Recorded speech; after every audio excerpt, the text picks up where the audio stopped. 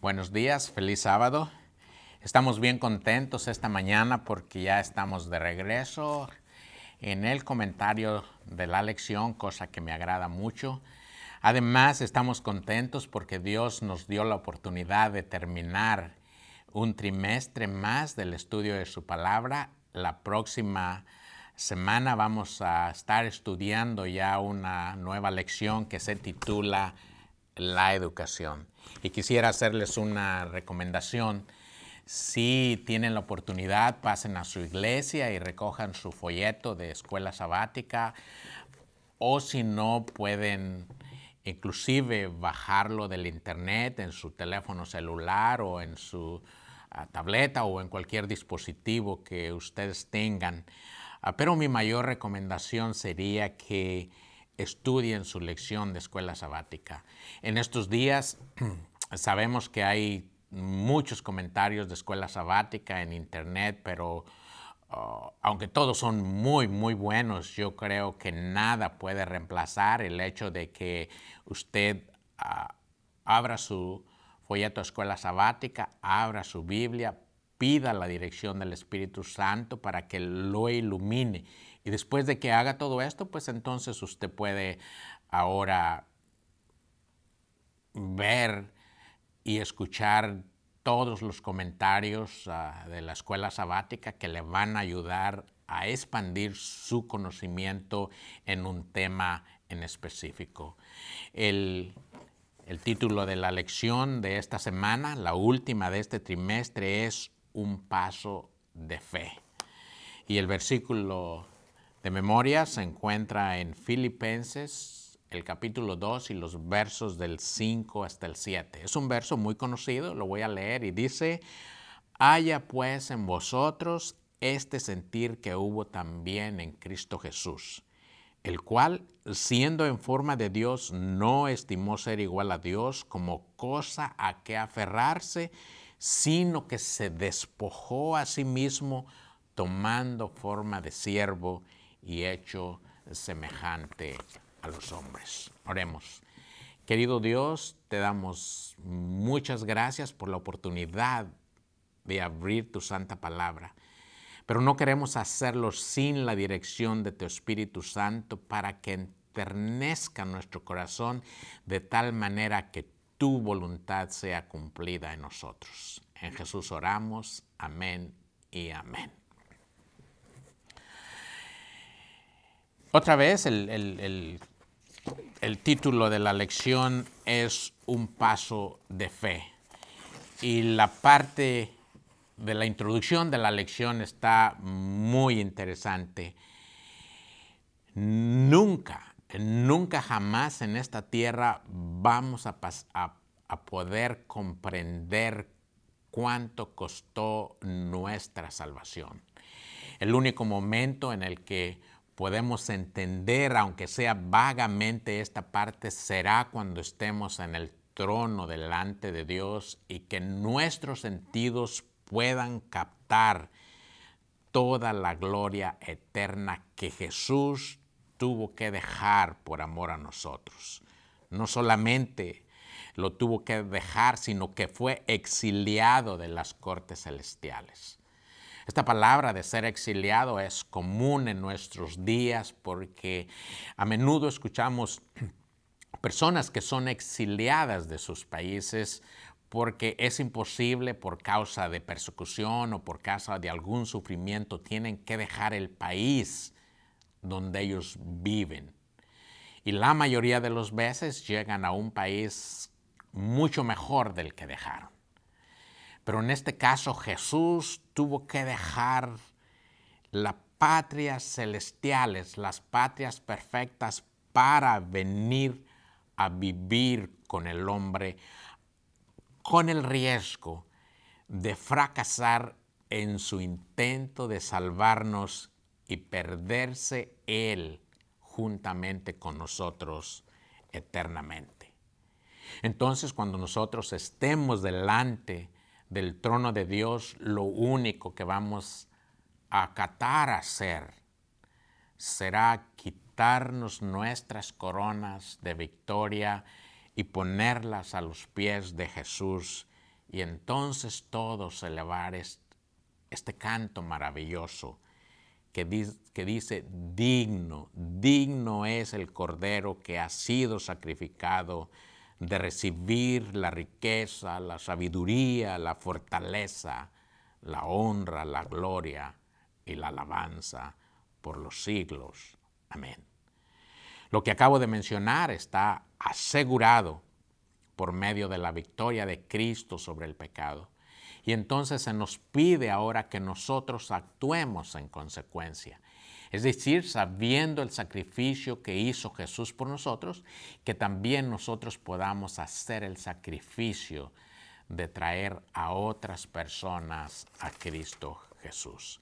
La parte del domingo se titula El amor altruista de Jesús.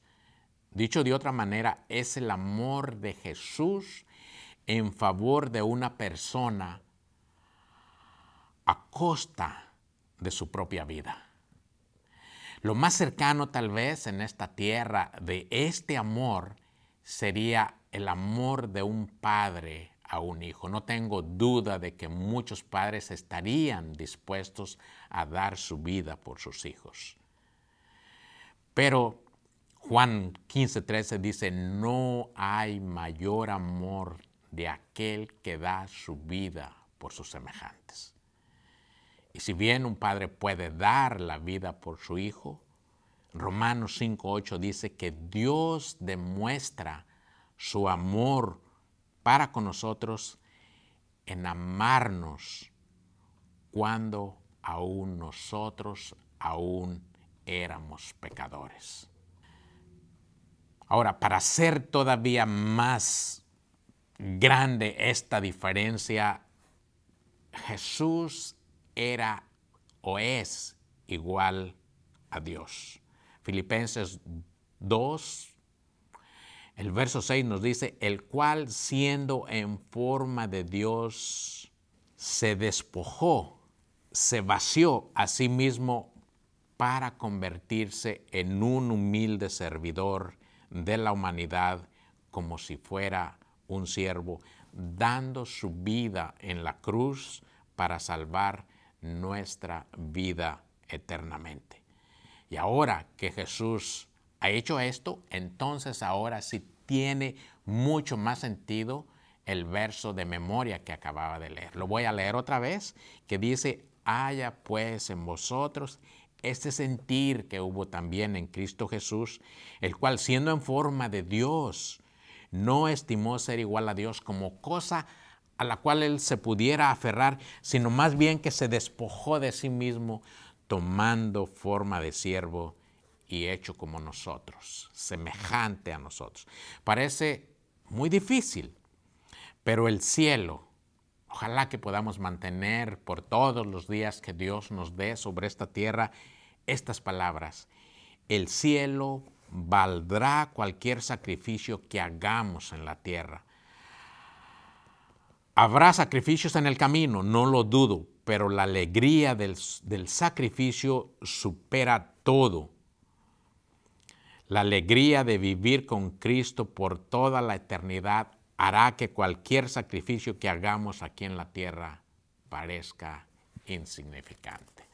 La parte del lunes se titula Llamado a comprometerse. En ningún caso, en ninguno, debemos de hacer un compromiso a ciegas. Pero entonces surge una pregunta. ¿Cuáles son los pasos que deberíamos de hacer para hacer un sacrificio?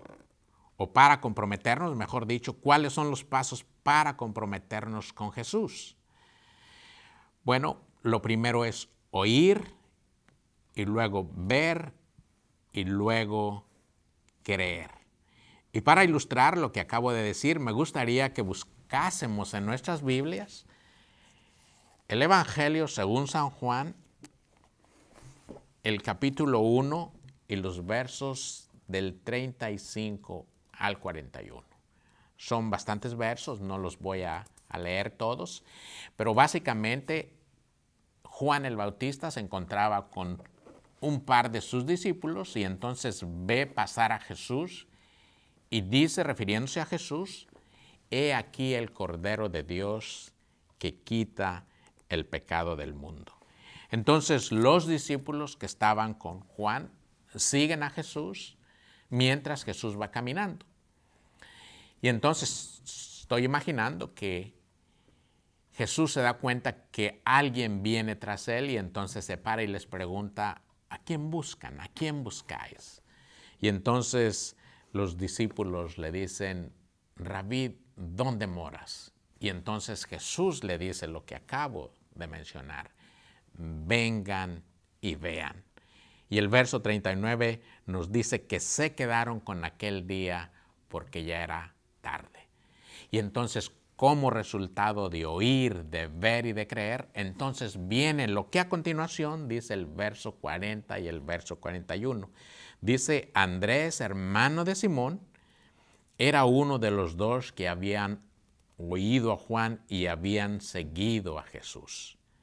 Este halló primero a su hermano Simón y le dijo, hemos hallado al Mesías, que traducido es el Cristo, y le trajo a Jesús. Entonces, hay una pregunta aquí muy interesante que yo quisiera hacer, que dice, está en la lección, que dice, ¿por qué crees que Pedro y Juan estaban dispuestos a hacer un compromiso tan radical para seguir a Jesús?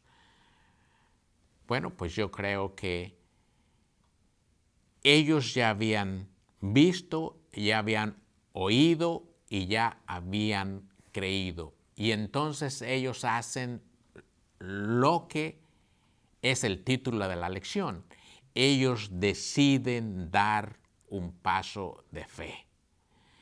Ahora, déjenme tratar de aterrizar esta parte en nuestra vida cotidiana. Nosotros ya hemos visto, ya hemos oído y ya hemos creído y ahora Jesús nos llama. Ahora, déjenme tomar como referencia a los primeros discípulos, a los pescadores. Eran personas como usted, eran personas como yo, con un trabajo normal, con una situación económica tal vez como la de usted o como la mía, porque dice que ellos estaban reparando las redes cuando Jesús los llamó. Tal vez lo mismo que nos pasa a nosotros. Y entonces también a nosotros, aunque Jesús le hace este llamado a los discípulos, es el mismo llamado que también nos hace a nosotros.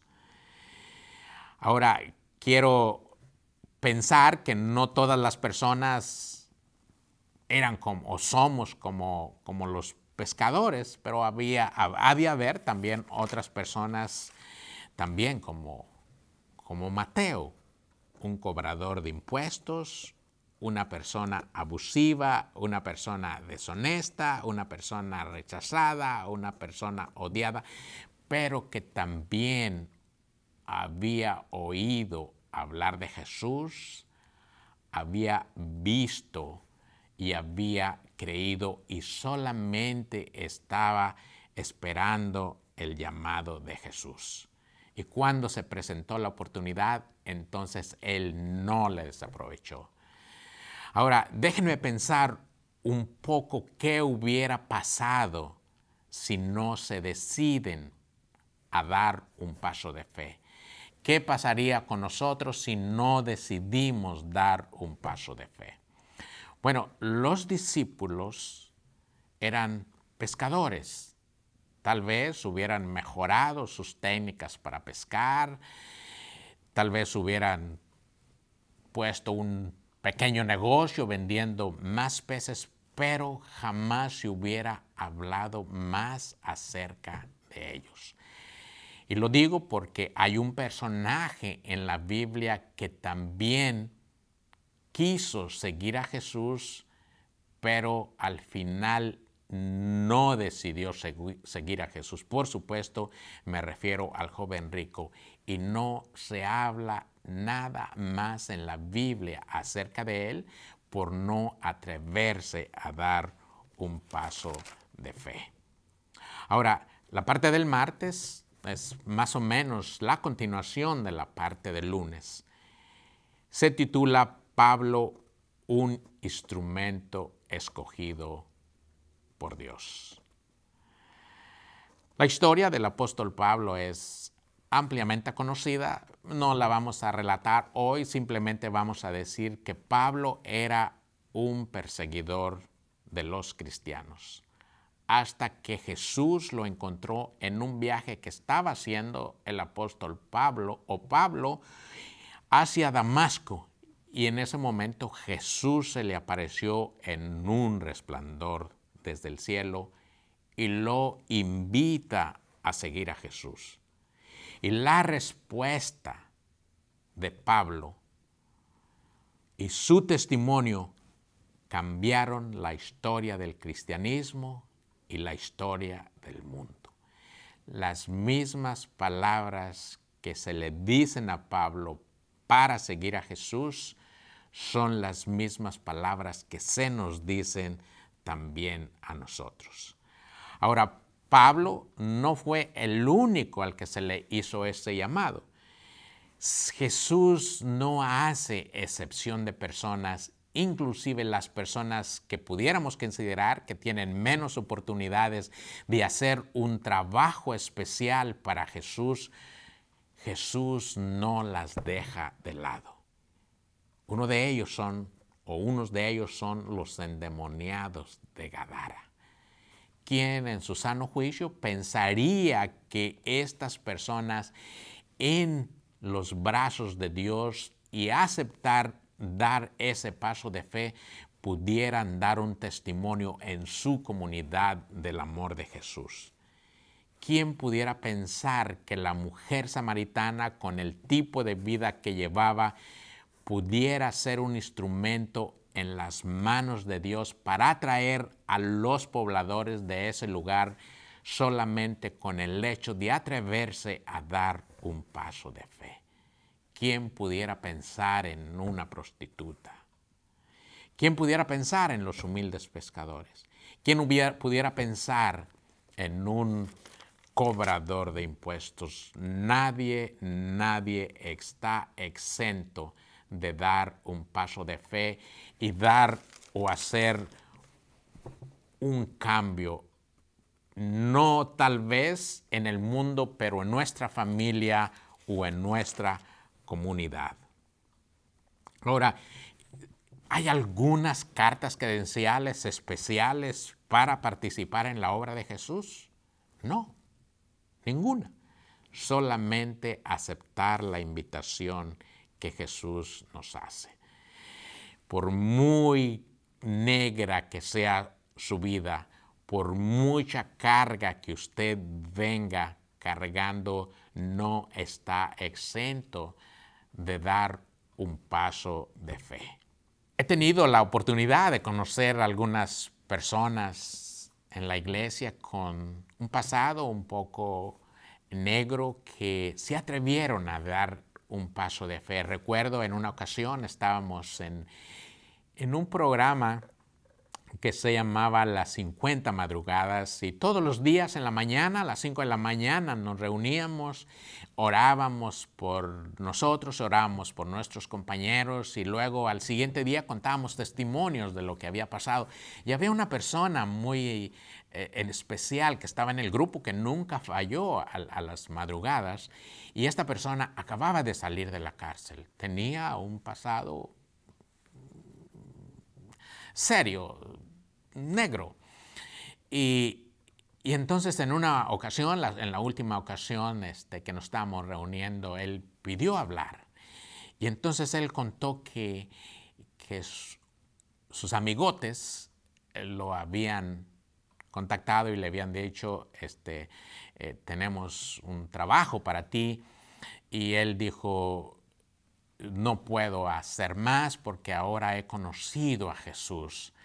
Inclusive los invitó para que vinieran y nosotros queríamos saber un poco más de lo que había pasado y le dijimos que qué era le preguntamos qué era lo que le habían dicho y él dice, solamente se rieron. Espero que haya sido una risa como la de Sara cuando le hizo esta grande promesa. No exactamente eso, sino todas las promesas de Jesús son muy bienvenidas. La parte del miércoles se titula La exigencia de amor. Es bien común escuchar en las iglesias, casi al final de un sermón, al predicador decir: si hay alguien que ama a Jesús, por favor, levante su mano, o si alguien ama a Jesús, por favor, póngase de pie. Es una apelación difícil de resistir, especialmente cuando están nuestros familiares o nuestros amigos con nosotros. Pero hemos sido sinceros. Tal vez no del todo, o tal vez no todos hemos sido sinceros. Y lo digo por una razón. Porque el amor se manifiesta en acción. Creo que no lo pudieron resumir de la mejor manera como esta frase: el amor se manifiesta en acción. Déjenme contarles una historia para que nadie se sienta mal de lo que acabo de decir. En el capítulo 26 de Mateo está la narración de la última cena de Jesús con sus discípulos. Jesús ya le había lavado los pies a los discípulos, ya habían comido el pan, ya habían tomado el vino, Judas ya había salido, y entonces salió Jesús con sus discípulos del aposento alto rumbo al Getsemaní. Y entonces quiero pensar que Jesús va caminando unos pasos adelante y de repente se para Jesús y les dice: de cierto les digo hoy que todos serán escandalizados de mí esta noche. Porque escrito está: herirán al pastor y las ovejas se dispersarán. Y entonces pareciera como que esta parte tomó a los discípulos por sorpresa. Y entonces Pedro le dice: todos los que están aquí pueden escandalizarse, pero yo no me escandalizaré. Entonces Jesús le dice en el verso 34, dice: de cierto te digo que esta noche, antes de que el gallo cante, tú me negarás 3 veces. Y entonces Pedro, llenándose de fuerza, dice lo siguiente: aunque me sea necesario morir contigo, no te negaré. Y todos los discípulos dijeron lo mismo. Conocemos la historia, y la historia tristemente revela que Pedro, el que había prometido que si era necesario morir por él, moriría por él, dice que lo seguía de lejos. Muchos de los discípulos ya lo habían abandonado y finalmente Pedro lo negó. Pero en el capítulo 21 del Evangelio según San Juan, los versos del 15 hasta el 17, encontramos que Jesús se le aparece después de haber resucitado a los discípulos por una tercera vez. Y entonces, hablando con Pedro, estas maravillosas palabras que se encuentran en el capítulo 21 y los versos del 15 al 17, es una invitación para cada uno de nosotros. Dice, voy a leerlo, dice: cuando hubieron comido, Jesús le dice a Pedro: Simón, hijo de Jonás, ¿me amas?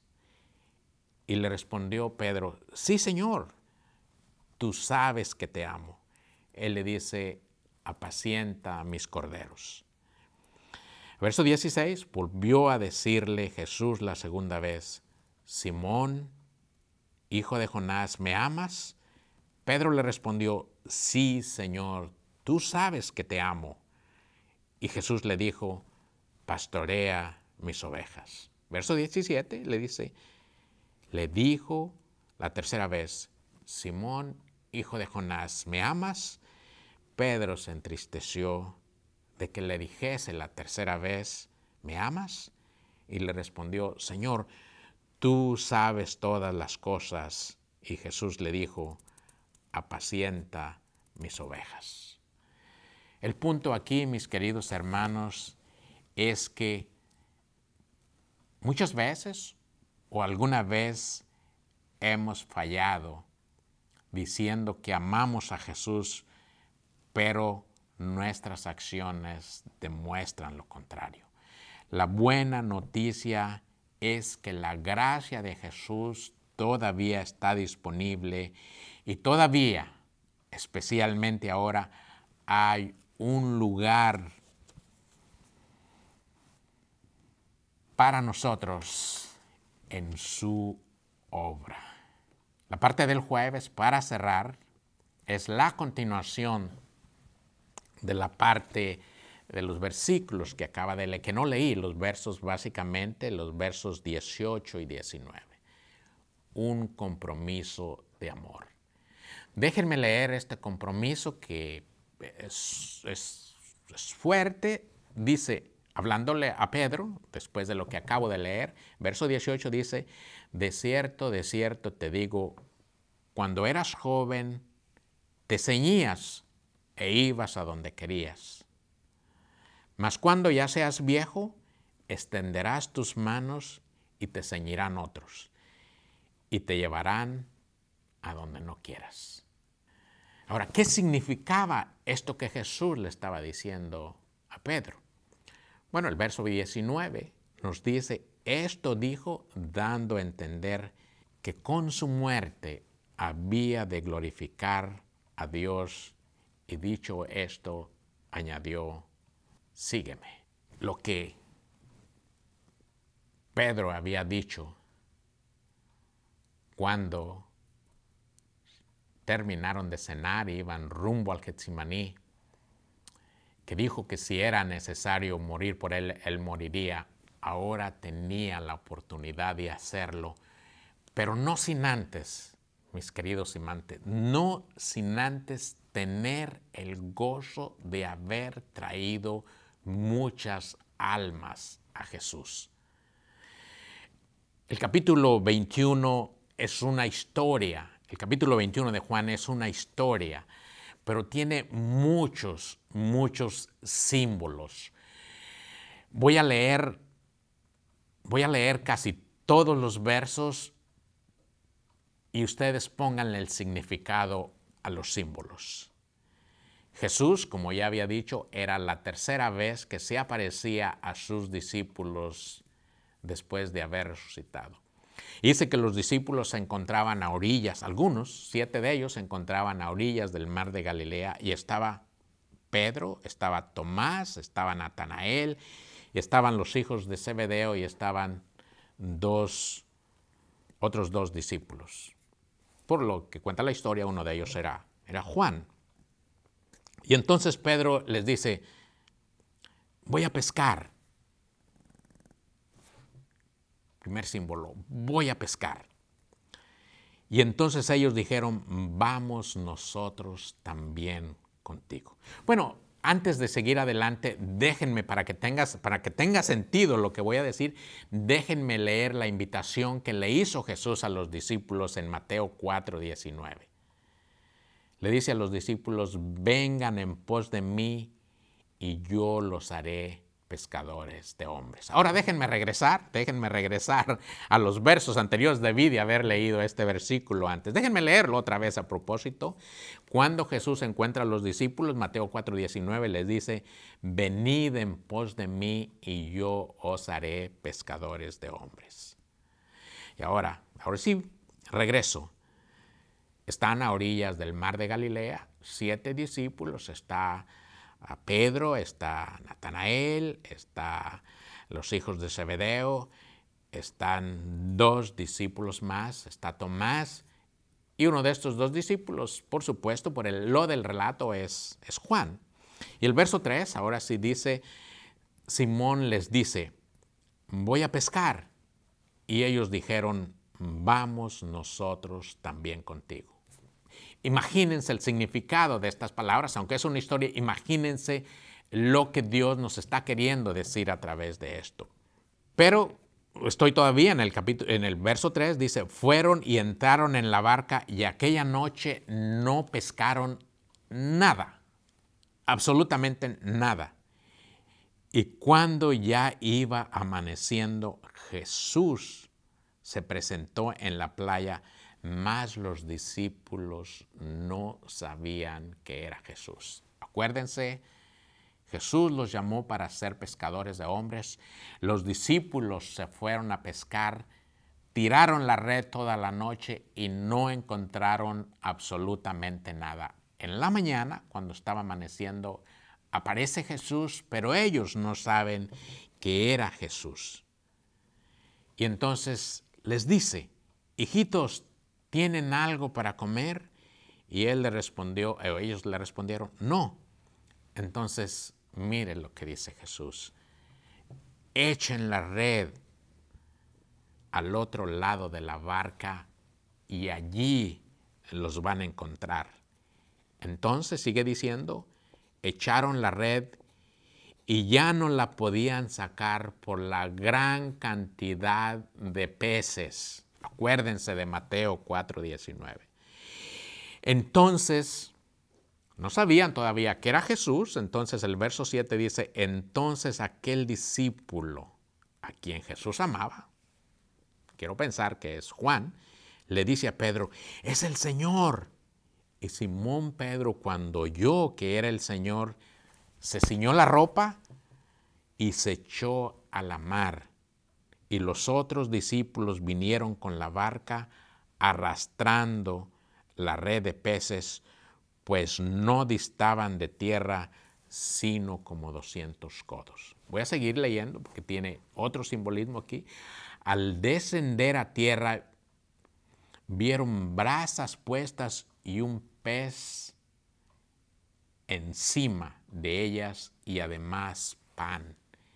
Y Jesús les dice, traigan los peces que acaban de pescar. Subió Simón Pedro, sacó la red a tierra llena de grandes peces, 153 peces, y aún siendo tantos, la red no se rompía. Verso 12, entonces Jesús les dijo, vengan y coman. Y ninguno se atrevía a preguntar quién era, sabiendo que era el Señor. Ahora, déjenme hacerles unas preguntas. ¿Quién es la red o a quién representa la red? ¿Quiénes son los peces? Ahora, lo más importante es quién dirige los peces. Y una cosa muy importante, mis queridos hermanos, quédense tal vez en toda la lección con estas palabras. ¿Quién suple las necesidades de los pescadores? Mis queridos hermanos, ahora sí tiene sentido cuando Jesús le dice a Pedro en el verso 19, Juan 21:19, entonces dándole a entender que con la muerte había de glorificar a Dios, y dicho esto, añadió, sígueme. Todos los discípulos, a excepción de Juan, tuvieron muertes violentas por amor a Jesús. Déjenme terminar para cerrar con esta parte que dice, en la eternidad, nada de lo que hemos hecho parecerá un sacrificio. Nuestra inversión de tiempo, de esfuerzo o de nuestra vida será excesivamente recompensada. Qué alegría es convertir el amor en acción, convertir las intenciones en compromiso. Que el Señor nos bendiga y la próxima semana nos encontraremos en esta misma plataforma para comentar una nueva lección con un tema diferente. Que Dios nos bendiga. Nos vemos. Adiós.